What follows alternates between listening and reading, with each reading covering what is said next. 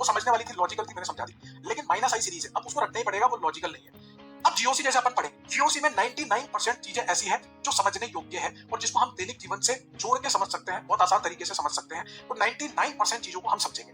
1% छोड़ देखो, सब जगह चलता है। 1% चीज जो होगी वो हम याद कर लेंगे, रट लेंगे, कुछ भी इस तरह से कर लेंगे, लेकिन 99% तो हमारे पास कॉन्सेप्ट है ना। आप इस बात को समझो। और अगर आपने 100% चीजें ऐसी बना ली कि मैं तो रटूंगा या रटूंगी, तो फिर दिक्कत हो जाएगी। आप किसी ट्रिक के चक्कर में अगर आप पढ़ते हो तो आप इस बात को ध्यान रखना। आप खुद सोचो कि पीडब्ल्यू में पढ़ाते हुए मुझे 4 से 5 साल हो गए, उससे पहले भी मैं पढ़ा रहा था, मुझे 10-11 साल का एक्सपीरियंस है। अगर मुझे ट्रिक बनानी होती तो क्या बड़ी चीज थी मेरे लिए ट्रिक बनाना। जैसे मैंने वो रिंग चेन वाले की मैंने ट्रिक बनाई। अब वो मैंने ट्रिक क्यों बनाई? क्योंकि वो इतनी इंपॉर्टेंट चीज नहीं है, ठीक है ना, तो मैंने उसकी ट्रिक बना दी। लेकिन मैंने इसकी ट्रिक क्यों नहीं बनाई आज तक? क्योंकि मैं चाहता हूं कि एकदम रटी हुई ये ऐसी की ऐसी एज इट इज आपके दिमाग में छपी हुई होनी चाहिए।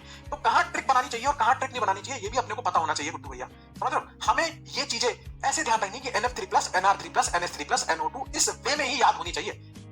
अब उसको मैं कुछ और वे में भी निमोनिक बना दूंगा, कोई सेंस नहीं है उस चीज का। जहां मुझे बनाना होता है वहां मैं बनाता हूं। आप दोनों में डिफरेंस समझना। वहां मैंने बनाया रात को टोपी फेंक के मारूंगा छाती में, नहीं है वो इतनी ज्यादा। यहाँ पे एक एक शब्द इंपॉर्टेंट है। अगर आपका प्लस भी रह गया ना, आपका फ्लोरीन की जगह हाइड्रोजन आ गया ना, आप चिड़चिड़े हो जाओगे गुड्डू भैया, ध्यान रखना।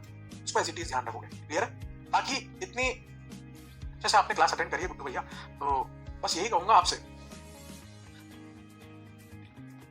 ये बोल सकता हूँ मैं आपसे यार, कुछ बोलना चाहता हूँ। एक बच्चे ने मेरे को भेजा था, पता नहीं मैंने आपको बताया कि नहीं बताया, कि हमें केमिस्ट्री से इतना तो सीखना चाहिए। मेरा ध्यान से, कितनी गहरी बात है। हमें केमिस्ट्री से इतना तो सीखना चाहिए कि इलेक्ट्रॉन की तरह अगर नेगेटिव रहोगे तो हमेशा चक्कर ही लगाते रहोगे, लेकिन अगर प्रोटॉन की तरह पॉजिटिव रहोगे तो आराम से एक जगह बैठे रहोगे, आराम से एक जगह बैठे रहोगे।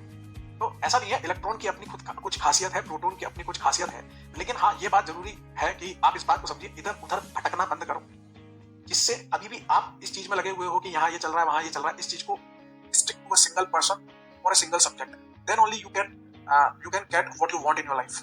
Please try to understand. मैं नहीं कह रहा, मैं अपनी कोई बड़ाई नहीं मार रहा हूँ यहाँ पे। मैं नहीं कह रहा कि आप मेरे से पढ़ो, मैं आपसे कोई रिक्वेस्ट भी नहीं कर रहा। मैं टोटली, आप इस बात को समझिएगा, मेरे को कोई इंटरेस्ट नहीं है मतलब इन चीजों से।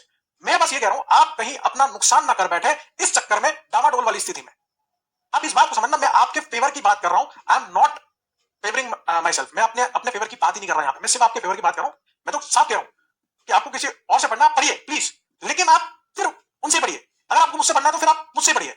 फिर आपको मतलब ही नहीं होना चाहिए कि किसमें क्या चल रहा है। इस बात को समझिए। आप कितनी जल्दी डिस्ट्रैक्ट हो जाते हो गुड्डू भैया। क्या आपके माइंड पे आपको इतना भी भरोसा नहीं है? क्या अपने आप पे आपको इतना भी भरोसा नहीं है? आप खुद सोचिएगा कभी जीवन में कि कोई भी आपको आगे इस तरह से डिस्ट्रैक्ट कर सकता है क्या? किसी भी बात सुन के आप डिस्ट्रैक्ट हो जाते हो? नहीं होना है ना यार, नहीं होना है। अपने आप पे भरोसा रखो। एक बार जो चूज कर लिया वो कर लिया, अब जो करेंगे हम करेंगे।